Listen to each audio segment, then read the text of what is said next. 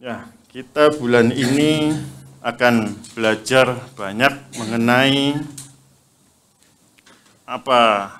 tentang pengampunan. Pengampunan. Kita akan belajar banyak sepanjang bulan ini. Mengapa pengampunan itu harus kita pelajari ya? Karena ternyata pengampunan itu adalah bukan sejatinya kodrat kita, ya, bukan sejatinya kodrat manusia itu untuk mengampuni. Dan mengampuni itu harus belajar, karena bukan kodrat manusia. Yang menjadi kodrat manusia itu keserakahan, ya, kebencian, mendengung ya. Eko ya? Apa ya? Bukan eko ya. Karena kodrat manusia itu amarah ya, kebencian, iri hati. Nah itu kodrat manusia. Sehingga manusia itu jatuh dalam dosa. Kejatuhan manusia dalam dosa itulah yang harus diperbaharui, yang diperbaiki oleh Tuhan Allah kita. Yang telah diperbaharui, yang juga telah ditebus. Mati ya? Enggak nyala. Pakai. Tes. Hah? Masuk. Ya. Masuk. Tes 1. Nah, ini enggak dengung ya. Tes 1 ya. Oleh sebab itu, kita perlu belajar mengenai kebenaran firman. Kita makan makanan firman itu setiap hari kita boleh makan. Karena itu akan memperbarui kita hari lepas hari, waktu demi waktu. Ya. Mengapa ada kata mengampuni? Mengampuni itu terjadi karena ada suatu kesalahan, ya kan?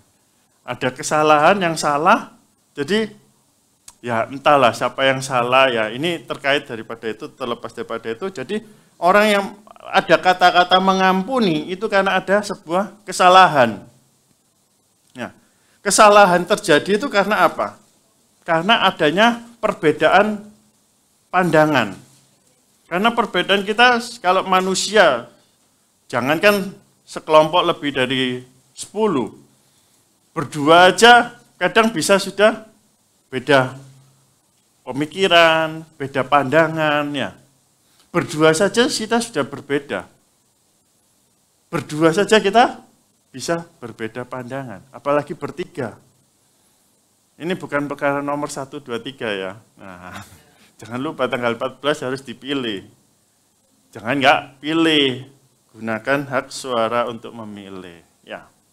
Dan juga setelah milih jangan lupa itu tanggal 14, waduh, ya kan? Apa? Iya, kenapa Bu?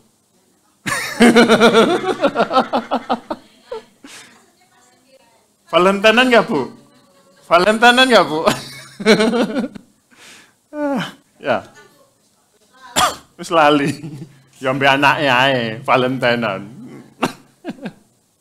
Nah, kok so ngomong ngono ya. Berdua saja bisa berbeda pandangan.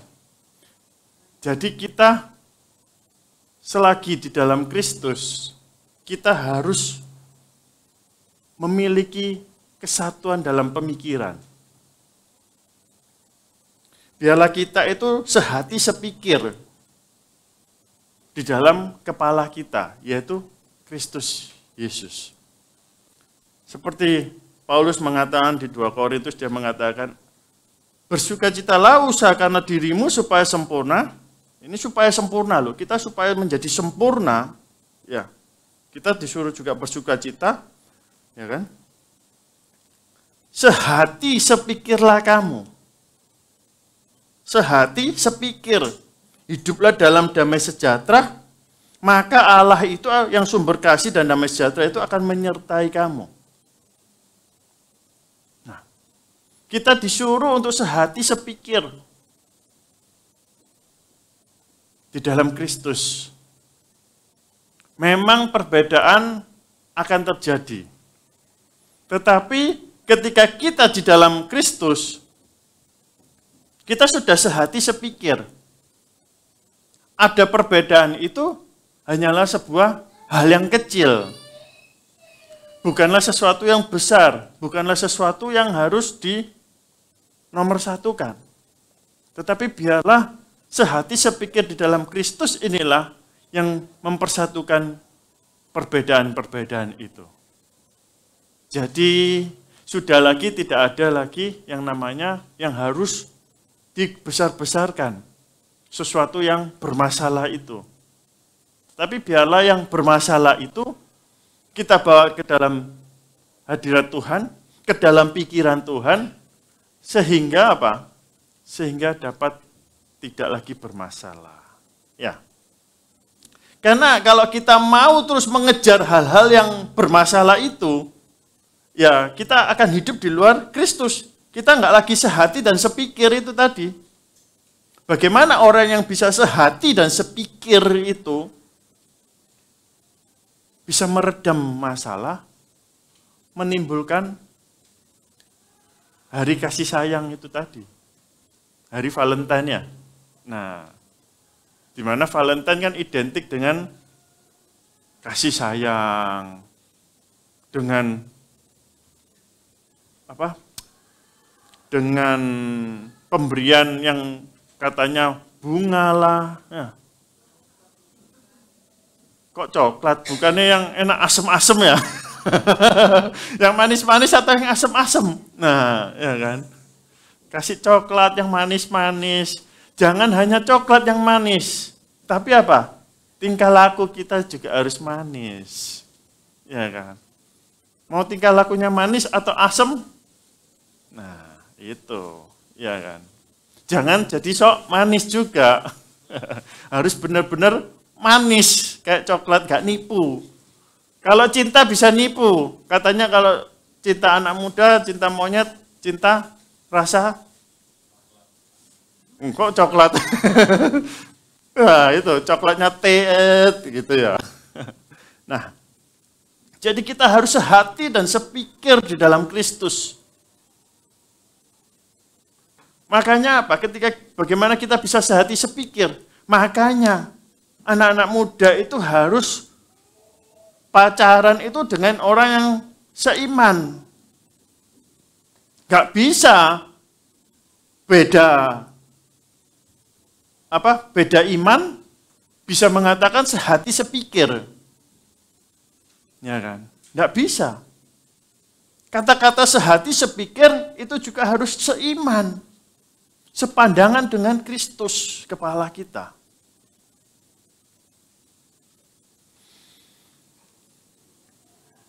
Enak mana? Mengampuni atau diampuni?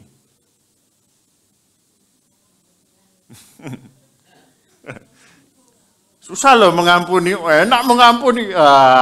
Ayo Kak. Enak mana mengampuni atau diampuni? Nah. Ya kan? Nah, kalau mengampuni itu, kalau orang yang diampuni, itu kemungkinan besar dia pasti bersalah. Ya kan? Kalau orang yang mengampuni, itu belum tentu dia bersalah. Tetapi masih ada peluang untuk dia salah. Tetapi bukan perkara salah atau benernya. Ya kan? Tetapi bagaimana orang yang mengampuni itu bisa melepaskan pengampunan, melapangkan dadanya, memberikan kasih pengampunan itu. Ya kan? Walaupun itu susah, ya nanti kita belajar bagaimana itu bisa menjadi mudah nantinya. Mudah kok itu. Enggak susah. Mudah. Yang susah itu kan karena kita terintimidasi. Karena kita mudah untuk dibisik-bisiki. Jadi itu akan menjadi susah. Tapi sebetulnya itu adalah sesuatu hal yang mudah untuk dikerjakan oleh umat percaya tentunya. Kalau bukan umat percaya nggak bisa. Ya, jadi sudah tahu ya jawabannya, enak mengampuni atau diampuni. Nah, itu nanti bisa kita bawa terus sepanjang seumur hidup kita. Jangan sampai aku diampuni, aku harus mengampuni dulu. Ya kan? Kita belajar dari perumpamaan yang disampaikan oleh Tuhan Yesus dalam Matius 18. Kita baca dari ayat 21 sampai selesai. Ya. Sampai selesai itu cukup panjang ini. Matius 18 ayat 21. Dengan judul perikop apa? Perumpamaan tentang pengampunan. Tuhan Yesus menggambarkan sebuah pengampunan itu dengan sebuah perumpamaan demikian ini. Kemudian datanglah Petrus dan berkata kepada Yesus, Tuhan, sampai berapa kali aku harus mengampuni saudaraku jika ia berbuat dosa terhadap aku? Sampai 7 kali tah. Nah, bahasa Surabaya kan ono tae ya. Sampai 7 kali tah. Nah, Yesus berkata kepadanya, bukan, duduk. Ya. Aku berkata kepadamu, bukan sampai 7 kali, melainkan sampai 70 kali 7 kali. Sebab hal kerajaan sorga, seumpama seorang raja yang hendak mengadakan perhitungan dengan hamba-hambanya, setelah ia mulai mengadakan perhitungan itu, dihadapkanlah kepadanya seorang yang berhutang 10.000 talenta. Kita ketahui bahwa 10.000 talenta, ngomong 10.000 kan kelihatannya kecil ya. Wow, cuma 10.000 talenta kok. Kecil hutangnya. Siapa bilang kecil hutang hamba ini? 10.000 talenta. 1 talenta itu adalah 6.000 dinar. Ya. 1 talenta 6.000 dinar. 1 dinar itu setara dengan upah selama 1 hari. 1 dinar itu upah 1 hari. Upah minimum Surabaya katakanlah 4 juta. Ya, sekarang udah naik. Ini ngomong 4 juta. Berarti 1 hari upah harian itu adalah sebesar 130 ribuan. Ya kan? 1 hari. Sedangkan itu adalah 10.000 talenta. 1 talenta 6.000 dinar. Berarti kalau 10.000 talenta berarti ada 60 juta dinar. Nangkep? Berarti dia hutangnya hamba ini adalah 10.000 talenta setara dengan 60 juta dinar. Ya kan? Berarti 60 juta dinar itu dikalikan 130 ribuan. Dapatnya saya hitung sekitar 798 triliun. Atau kalau mau bekerja dengan tuannya itu, dia mempunyai waktu berapa? 60 juta hari. Hidup kita berapa hari? Kalau setahun 365 hari. Nah, itu kalau saya hitung usia kita sampai usia 80 tahun. Itu sampai 3 keturunan mengabdi pada Tuhan itu. Itu kalau hidup kita sampai 80 tahun. Kalau nggak tutup ya bisa sampai 4 keturunan, 5 keturunan. Jadi hambanya sang tuan yang punya hutang itu tadi. Jadi kalau ngomong 10.000 talenta, jangan berpikir itu hal yang kecil. Oh 10.000 kok, aku duwe 10.000. Itu bukan 10.000 yang kita punya, bukan itu. Jadi 10.000 talenta di situ setara dengan 60 juta dinar atau 60 juta hari kerja. Ya. Cukup besar. hutang daripada hamba ini. Kita lanjut tadi di ayat 25. Tetapi karena orang itu tidak mampu melunaskan hutangnya, raja itu memerintahkan supaya ia dijual beserta anak istrinya dan segala miliknya untuk pembayar hutangnya. 26. Maka sujudlah hamba itu, menyembah dia, raja itu, katanya, sabarlah dahulu, segala hutangku akan kulunaskan. Lalu tergeraklah hati raja itu oleh belas kasihan akan hamba itu, sehingga raja itu membebaskannya dan menghapuskan hutangnya. Tetapi ketika hamba itu keluar, jadi sudah lunas ya hutangnya, oleh raja itu dihapuskan oleh belas kasihan. Tetapi begitu hamba yang telah dihapuskan hutang itu keluar, ya kan, bertemu dengan seorang hamba lain yang berhutang 100 dinar kepadanya. Jadi ada yang berhutang dengan dia, yang sudah dihapuskan itu, ada yang hutang dengan dia punya piutang dia ini. Dia punya piutang sebesar 100 dinar. Ia menangkap, lalu hamba itu menangkap dan mencekik kawannya itu, katanya, bayaran hutangmu. Ya kan? Lanjut. Maka sujudlah kawan itu tadi dan memohon kepadanya. Sama kata-katanya, sabarlah dahulu, hutangku itu akan ku lunaskan. Sama kata-katanya. Tetapi ia menolak dan menyerahkan kawannya itu ke dalam penjara sampai dilunaskannya hutangnya.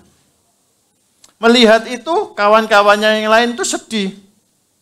Lalu menyampaikan kepada yang terjadi itu kepada tuan mereka. Lalu raja itu menyuruh memanggil orang itu dan berkata kepadanya, "Hei, hamba yang jahat, bukankah seluruh hutangmu yang tadi yang banyak itu, 60 juta dinar, 10.000 talenta itu, kan sudah telah kuhapuskan karena engkau memohon kepadaku. Bukankah engkau pun harus mengasihani kawanmu seperti aku telah mengasihani engkau?" Maka marahlah tuannya itu dan menyerahkannya kepada algojo-algojo sampai ia melunaskan seluruh hutang. Masih jadi hutang yang tadi dilunaskan, nggak jadi dilunaskan, disuruh melunaskannya. Amsyong nggak? Ya, pusing kepala baby ya. Nah loh, ya kan? Maka Bapakku yang di surga akan berbuat demikian juga terhadap kamu, apabila kamu masing-masing tidak mengampuni saudaramu dengan segenap hatimu. Sama ketika halnya di dalam pembacaan doa Bapa kami juga, ya kan? Dikatakan juga apa? Dan ampunilah kami akan kesalahan kami seperti kami juga mengampuni orang bersalah kami. Nah, di ayat yang ke-14 itu juga dikatakan, jikalau kamu mengampuni kesalahan orang, Bapamu yang di surga itu akan mengampuni kamu juga. Tetapi jikalau kamu tidak mengampuni orang, Bapamu juga tidak akan mengampuni kesalahanmu.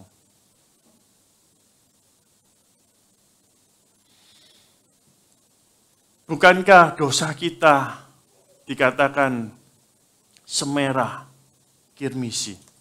Lebih merah daripada baju-baju merah yang ada. Ya kan? Dosa kita itu sudah merah. Kita mau membayar dosa kita itu gak bisa. Katakanlah satu orang kita ini punya hutang sama kepada Tuhan setara dengan 60 juta dinar. Bisa nggak kita bayar 60 juta dinar itu? Atau kita mau bekerja sama Tuhan itu 60 juta hari. Satu hari 24 jam. Loh, no istirahatnya loh itu. Kerja terus sama Tuhan kita, sama Tuhan. Kalau Tuhan mau hitung-hitungan, ayo kerja sampai aku 60 juta hari. Hari kita aja nggak sanggup loh untuk sampai 60 juta hari. Bagaimana bisa kita mau bayar dosa-dosa kita? Kita nggak bisa bayar dosa-dosa kita. Tapi kabar baiknya, dosa kita yang semerah kirmisi itu, jikalau kita mengaku dosa di hadapan Tuhan, maka engkau akan menjadi putih seperti salju.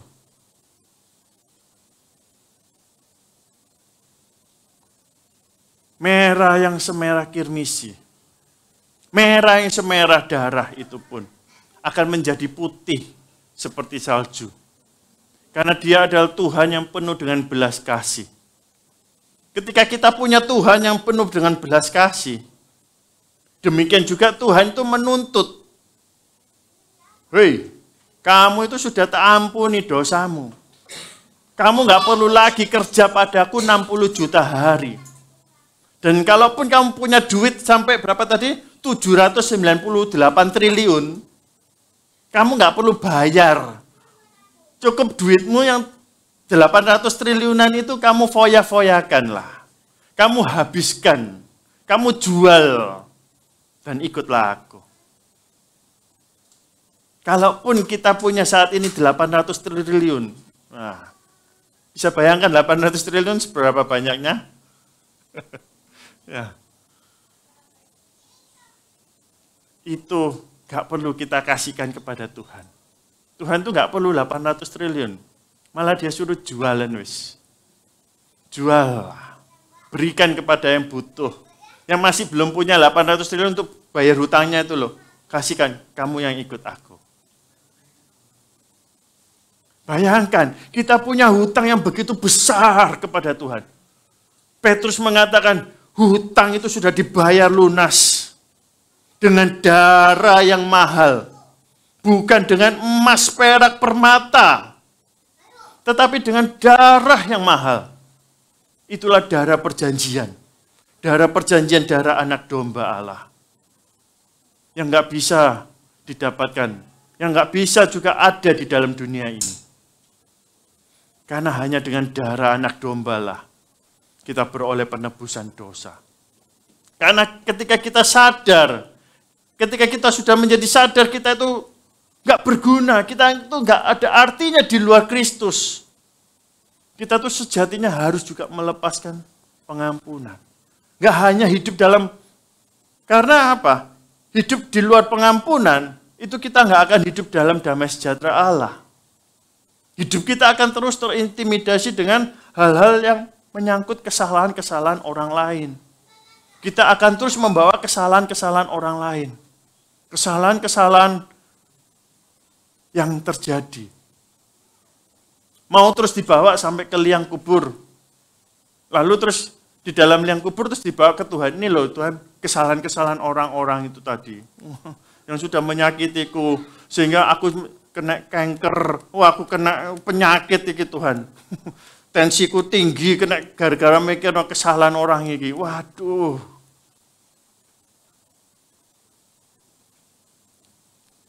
Kita nggak bisa berbuat apa-apa. Selain kita boleh menyadari bahwa dosaku ini sudah diampuni. Dosaku ini sudah diampuni. Nggak ada kata lain selain aku bisa mengampuni yang lain. Kalau nggak bisa itu seperti itu juga, maka Bapa yang akan juga mengampuni kesalahanku. Maka kesalahanku, dosaku itu akan ditimpakan kembali. Ayo bayaran wis lek ngono. Wis usaha lo, ya usaha 800 triliun kayak no aku. Waduh, tak enteni sampai akhir hayatmu. Tuhan ngomong ngono. Ya apa? Wis daripada ngono wis mending enak nyerah. Ya kan? Kita menyerahlah. Wis Tuhan, aku mau melepaskan pengampunan. Engkau aja, Tuhan saja loh, melihat tingkah laku manusia itu juga gregetan ya. Tapi Tuhan itu karena belas kasih-Nya, Tuhan itu melepaskan pengampunan.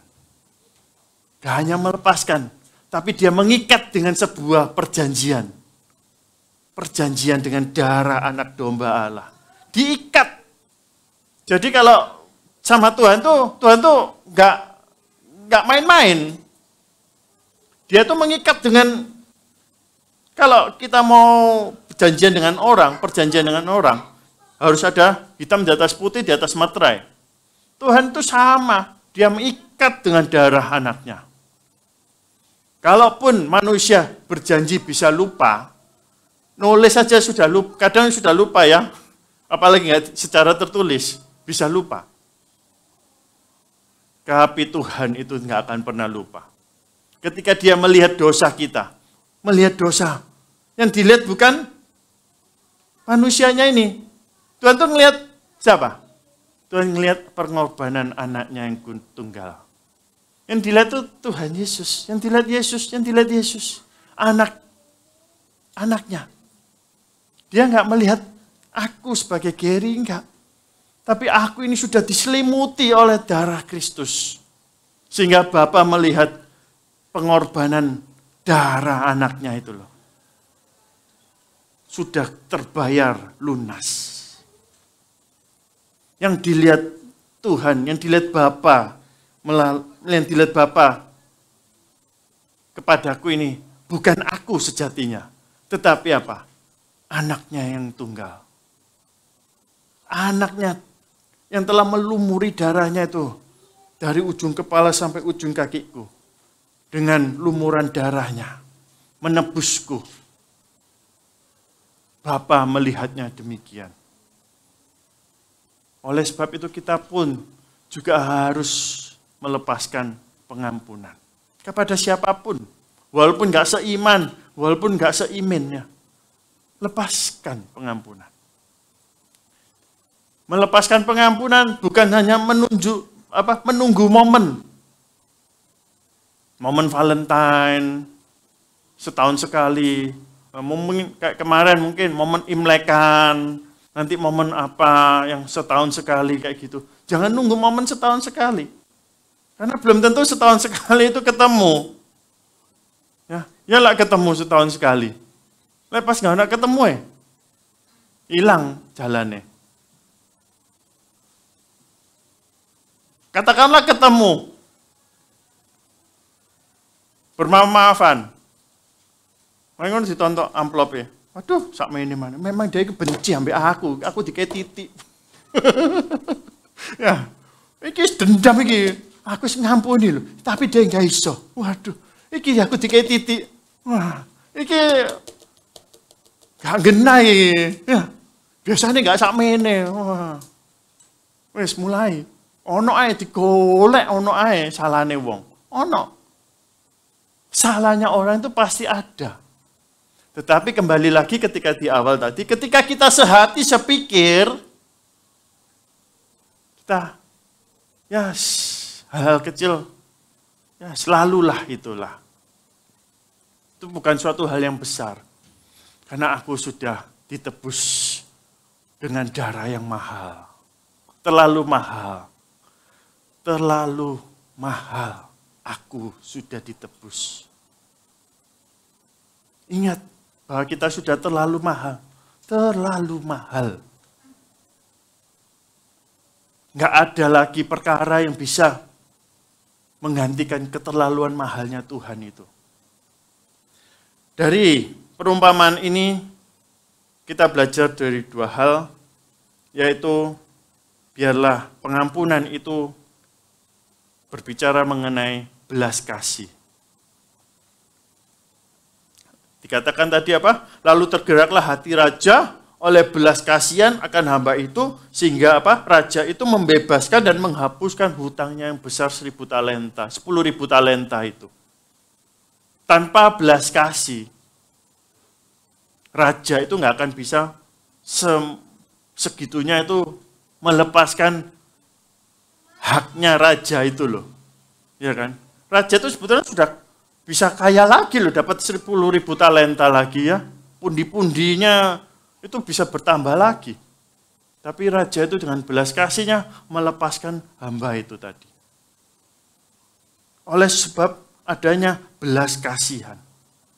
Sama, ketika kita juga mau mengampuni orang yang bersalah kepada kita, kita harus memiliki rasa belas kasih seperti raja itu. Bagaimana kita bisa memiliki belas kasih itu?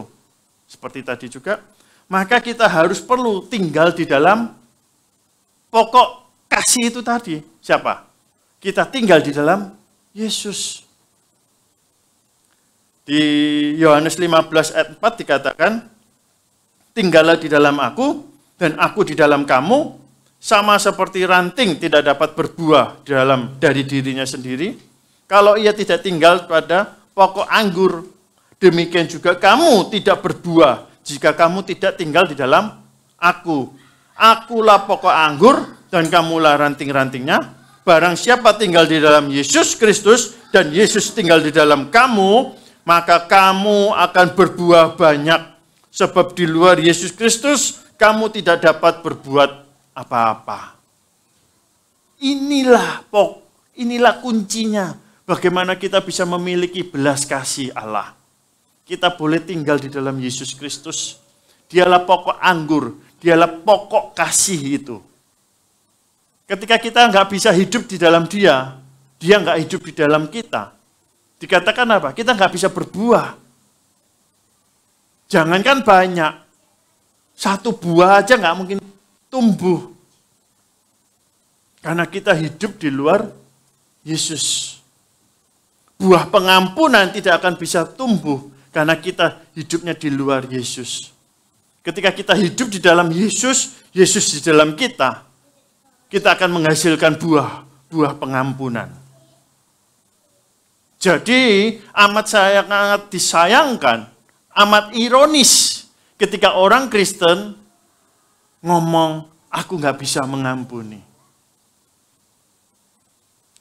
Sangatlah ironis dan bertentangan dengan firman Tuhan. Bagaimana bisa orang Kristen yang ngakunya Kristen, percaya Yesus,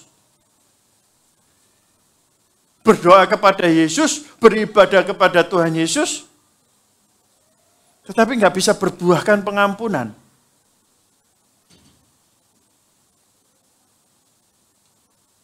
Berarti ayat Yohanes 15 ayat 45 tadi yang saya bacakan ini nggak berlaku.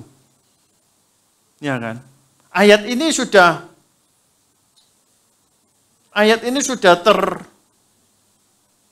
ternoda, sudah nggak bisa berlaku.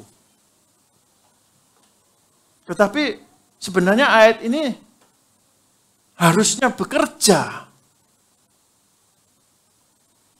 Sehingga orang yang di dalam Yesus di dalam orang itu akan menghasilkan buah pengampunan. Miliki belas kasih.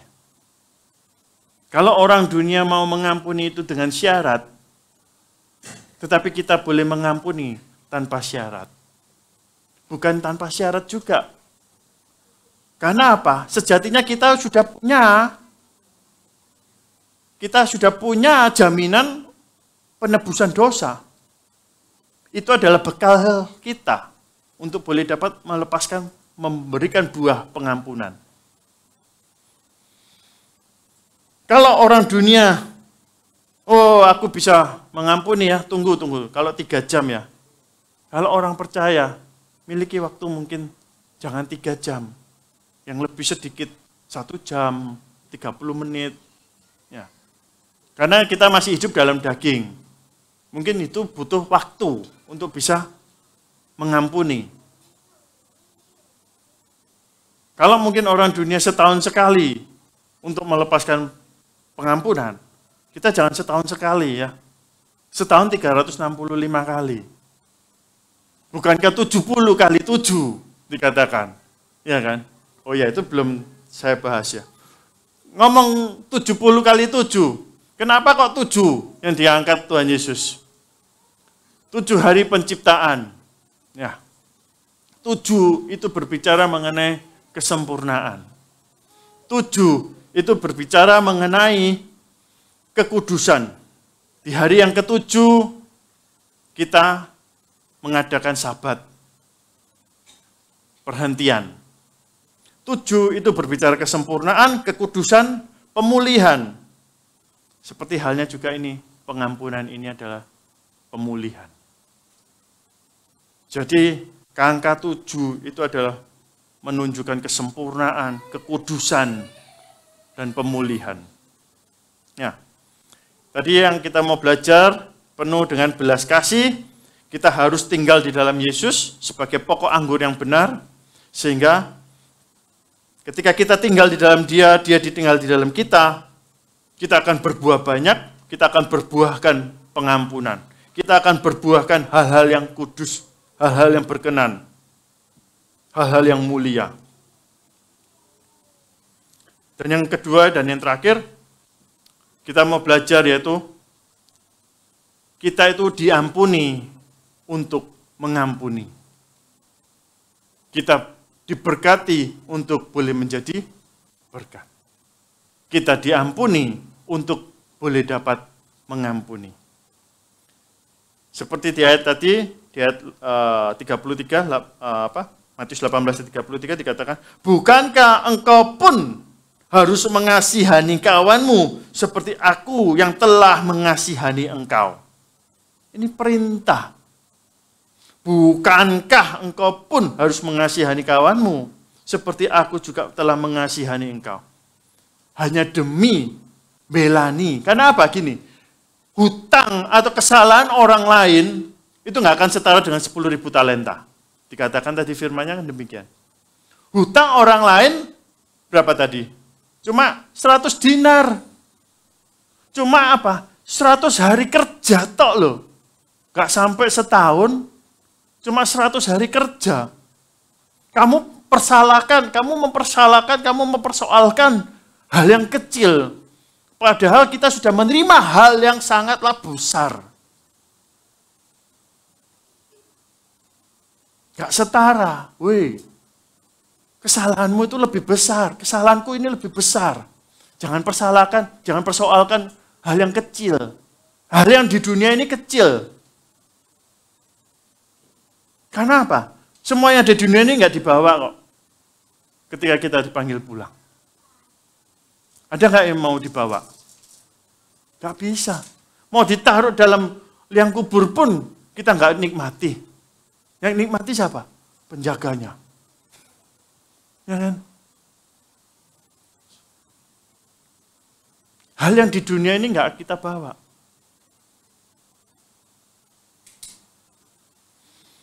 Jadi jangan dipersoalkan hal yang kecil itu. Bukankah kita sudah menerima yang besar, penghapusan 10.000 talenta dengan 100 dinar.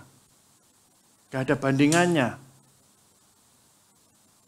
Jangan sampai Tuhan kita mengatakan, kamu nggak bisa ngampuni orang. Aku juga nggak akan bisa ngampuni kamu. Wow. Mari gitu kita datang. Loh, aku ngomong, aku nggak ngampuni. Firmanku sudah ngomong. Aku, Tuhan Allah sudah berfirman. Aku nggak akan mengampuni kamu kalau kamu juga nggak bisa mengampuni orang yang bersalah kepadamu. Itu doa yang sudah kuajarkan padamu. Itu doa beneran, itu doa beneran. Bukan doa bohongan. Itu dalam doa loh itu. Bukan dalam hal-hal apapun. Yang diajarkan untuk hal mengampuni itu adalah hal untuk berdoa. Ampunilah aku atas kesalahanku, seperti aku juga mengampuni orang yang bersalah kepadaku. Loh, aja omonganmu omong kosong, doamu omong kosong. Padahal doa Bapa kami sudah kamu panjatkan, aku dengar, katanya kamu sudah, aku suruh mengampunimu, seperti kamu juga mengampuni orang yang bersalah kepadamu. Loh, tapi kamu nggak bisa melepaskan pengampunan. Berarti apakah itu doa Bapa kami itu kamu hafalan? Kayak cili aja, hafalan. Ya. Doa Bapa kami jangan hanya dihafal. Kadang saya nggak hafal, karena tak ganti kami itu tak ganti aku. Akhirnya mau lah.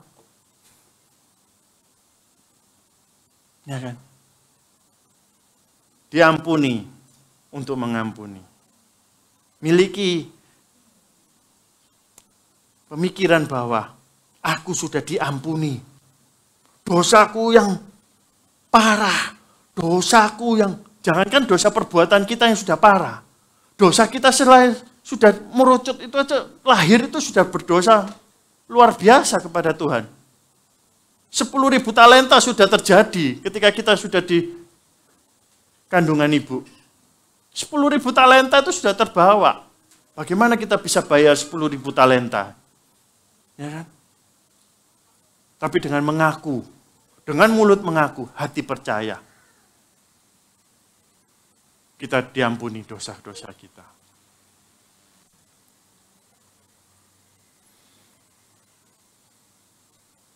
Masih merasa diri hebatkah kita di luar kasih karunia? Enggak.